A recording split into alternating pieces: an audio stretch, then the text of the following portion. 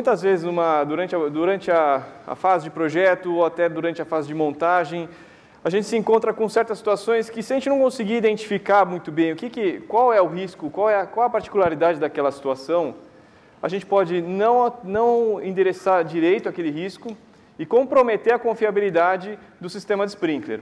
Então, eu vou dar 3 exemplos aqui, que são basicamente diferenças entre normas. Começando então pela proteção de lanterninha, né? No Brasil, esse tipo de construção é amplamente usado porque, bom, a gente vive num país tropical, precisa de um conforto térmico para os ocupantes do edifício. Então, nada mais lógico, né, até pela questão de eficiência energética, de ter uma circulação natural de ar no edifício através de uma abertura permanente lá em cima. Então, esse lanterninha ainda falta aqueles espelhos laterais, mas dá para ver como ele tem uma abertura que se conecta ao edifício e uma proteção contra a chuva aqui, claro, para não entrar água, mas para que o ar quente possa sair do prédio. Essa é uma abertura permanente no teto, não é uma coisa que a gente consegue fechar de uma situação de incêndio. E qual é o risco, né? Antes da gente falar da solução, o que a gente entende isso como sendo um risco? A gente tem aqui um teto super desobstruído, muito bom, colocamos um sistema de proteção com bicos de sprinkler, mas a gente tem aqui o nosso lanterninho. Um dia, um incêndio começa.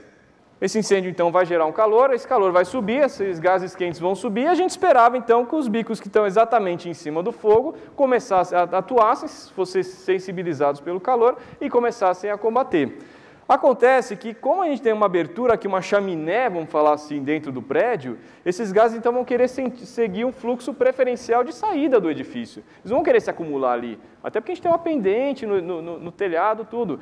Então, quando esses gases sobem por ali, eles saem do prédio pela abertura permanente e, ao invés de eles atuarem o bico que está bem em cima do fogo, eles vão acabar atuando uns bicos que estão mais para o lado do caminho dele. Acontece que aqui não tem incêndio, a gente está com um problema aqui.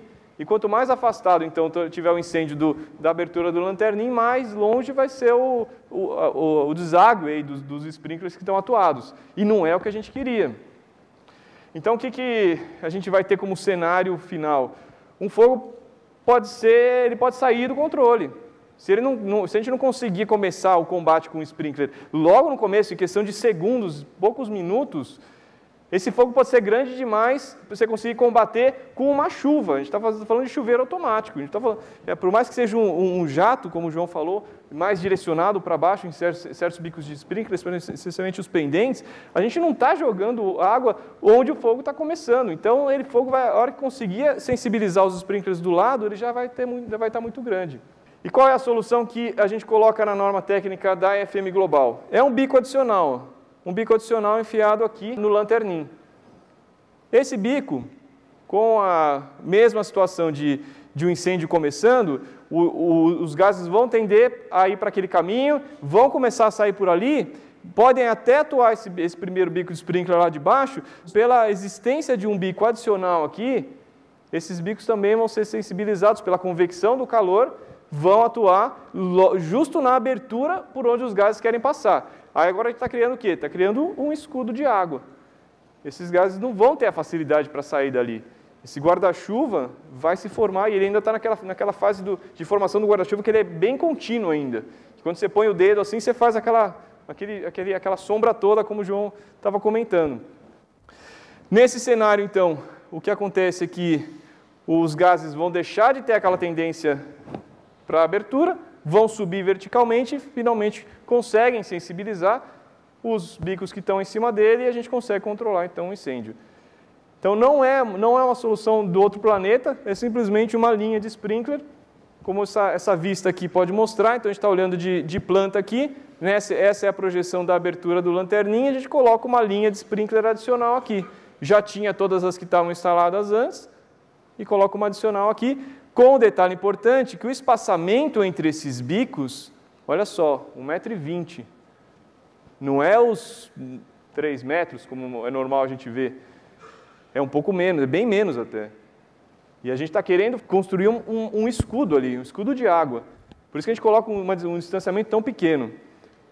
A gente até pode pensar, mas o sprinkler vai acabar chegando a água do sprinkler vai acabar chegando no seguinte, porque esse espaço é muito pequeno, então vai pular, vai atuar só o seguinte. Na verdade, isso aqui é uma canalização de calor.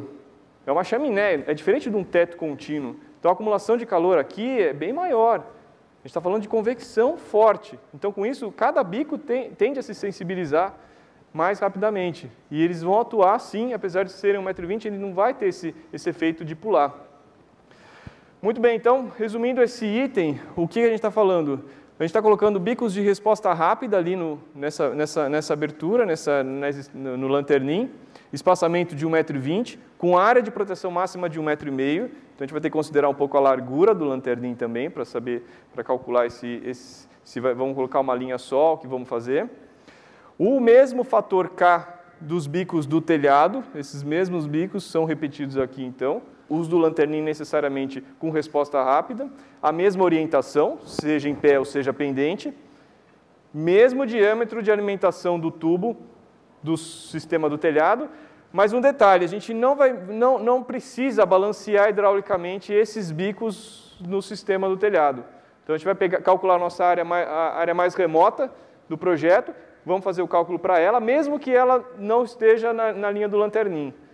Porque a ideia é que a gente consiga, é um combate meio combinado. A gente bloqueia aqui, vai estar roubando um pouquinho de água ali, sim, mas também vai conseguir ter um combate rápido ali. Esses bicos também vão estar molhando alguma coisa, os do lanternim, alguma coisa que está embaixo, então já começa também já pré-umedecer o que não entrou no incêndio ainda. Então, em geral, a atuação combinada da área mais remota com os dos lanternins vai funcionar, de modo que a gente não precisa considerar no cálculo hidráulico quantos bicos a gente tenha na abertura do lanternim. Você pode até ter um smoke vent, mas você vai ter condição de fechar aquilo manualmente ou automaticamente. Só que esse não tem como. No Brasil, a gente tem uma condição de clima que precisa disso funcionando o tempo inteiro. Nos Estados Unidos, ninguém vai colocar uma abertura dessa quando você tem neve, podendo entrar pelo telhado no inverno, uma temperatura negativa. Então, as premissas são diferentes. Por isso, a NFPA não endereça esse risco. Mas a FM, sim. E aqui eu dou o parágrafo da norma 2.0, de instalação de sprinkler, seja para não estocagem e seja para estocagem. É a mesma solução para os dois casos. Mudando de assunto, segundo ponto, proteção de edifícios muito altos, para não estocagem. Na NFPA, nessa figura aqui, vocês devem conhecer bem, ela tem uma correlação entre qual é a densidade que você está usando para qual é a área que você está projetando. E você pode jogar isso para cima e para baixo, de maneira que é entendido que você compense uma coisa com a outra, mas ela não define para que altura você tem que usar qual critério. Você usa mais densidade e menos área para um edifício mais alto, ou o contrário. Não existe essa relação, ela permite ao projetista que faça a sua escolha.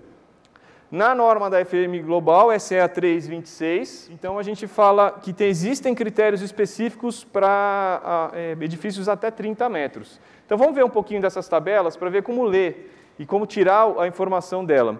Então, a gente tem, numa coluna vertical aqui, 3 categorias de risco, HC 1, 2, 3, que é o que a gente já é bem usual na nomenclatura de risco leve, ordinário e pesado. A gente chama de HC 1, 2, 3. E a norma, na verdade, tem uma tabela antes que diz bem como que você classifica a sua ocupação. Muito bem, dependendo das alturas, até 9 metros, até 13,5, 18 ou 30, a tabela vai te dar o critério específico que se relaciona com o risco que você está protegendo. Para tetos muito altos, como a gente vê aqui, ele referencia a tabela 2, que está aqui, que vai te dar, então, bicos com K maior, você vê K25, tantos bicos a tanto de pressão. Também simples. Cobertura normal, cobertura estendida. Então, a norma vai um pouquinho mais adiante, dá inclusive detalhamento do tipo de bico que você tem que usar para cada classe de risco e para cada altura, qual o tamanho do bico que você tem que usar. E o resumão é que você tem, nessa norma técnica, uma proteção específica para a altura do seu prédio. Você considera, então, a sua ocupação, a sua altura. Você coloca um tipo de bico específico numa cobertura, seja padrão, seja estendida, né, que corresponde àquela área de atuação. Então, usando essa norma, a gente entende que você está sendo mais assertivo na proteção que você está escolhendo. e não deixando aí muito, né, na percepção de cada um, de vou colocar um pouco mais de densidade, menos área, etc. Então, essa norma te dá critérios mais específicos. E o que você colocar aqui, você vai estar atendendo também a NFPA. Então, a gente entende que esse critério acaba sendo mais eficiente. Terminamos esse assunto. Sprinkler intraprateleira.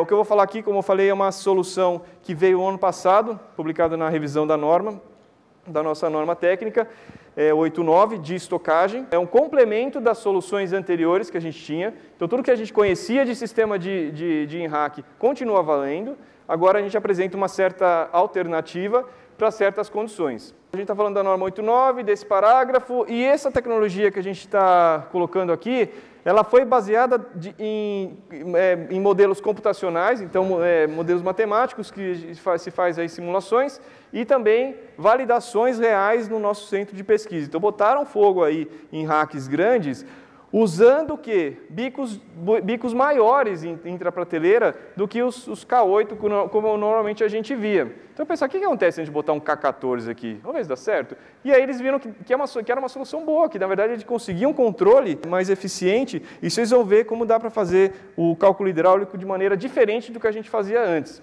Então, a gente está falando aqui em espaçamentos verticais até 12 metros, para os níveis de INRAC.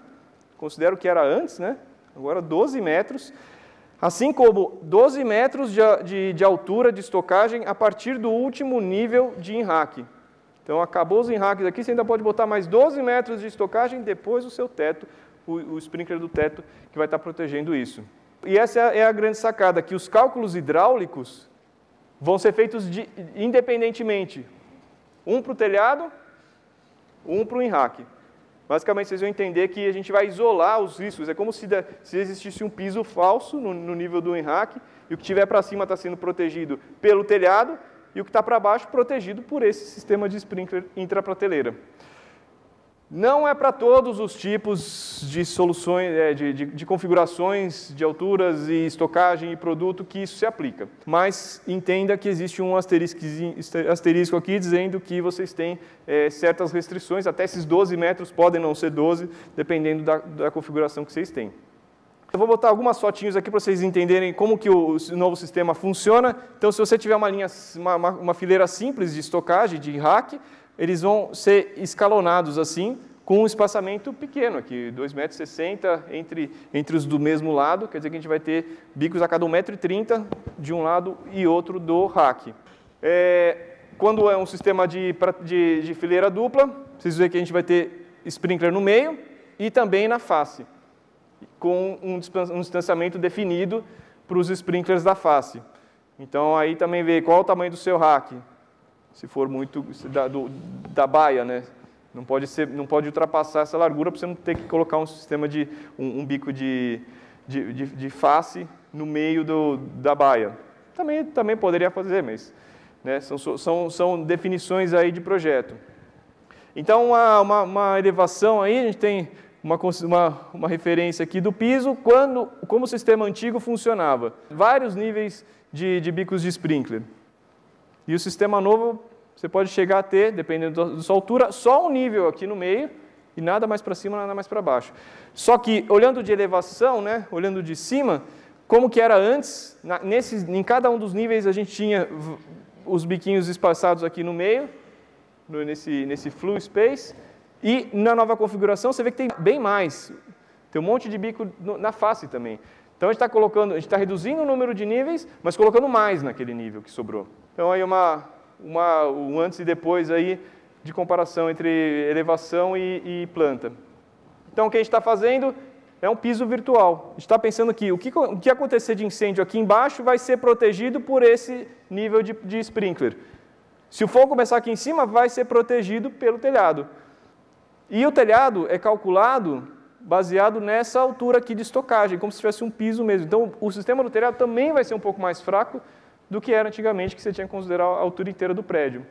E não é necessário balancear um com o outro, como eu mencionei anteriormente. A gente vai fazer cálculos hidráulicos independentes. Alguns requisitos para a gente lembrar: tubo molhado só, não pode ter caixa sem tampa, aquelas caixas plásticas, né? Senão elas coletam toda a água. Não pode ter prateleira.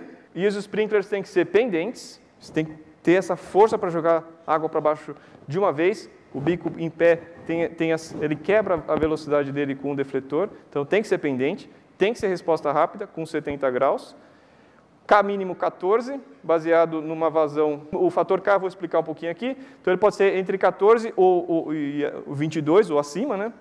Mas no mínimo um desses dois, baseado nessas tabelinhas que vem em seguida, que é dependendo da figurinha que você usa. Eu mostrei aqui uma 19 ou 20 que eu mostrei aqui. Então você pega qual que você usou, vai saber quantos bicos você vai considerar no cálculo hidráulico e baseado também na sua commodity, né? No produto que você tá protegendo. E baseado nas alturas que você vai ter, você calcula qual é o fluxo que você precisa saindo de cada sprinkler. São vazões grandes aqui, litros por minuto, ó, chegando a 455. A gente está considerando que vai jogar realmente um mundo de água lá para baixo, para proteger o sprinkler. Essa solução aqui chega a custar 40% menos do que as soluções anteriores. Então, é um desenvolvimento de tecnologia que a FM colocou no mercado. Claro que isso é para uso de vocês, usuários, projetistas e clientes, que vai, no final, representar economia. É um sistema mais eficiente, mais moderno. A gente aprende com a evolução, né? A gente vai evoluindo. Conclusão, situações especiais, soluções especiais. Se a gente fecha os olhos para certas situações, a gente deixa de proteger como devia e pode ter um sistema de sprinkler caro no telhado ou em rack, só que sem a eficiência que se esperava.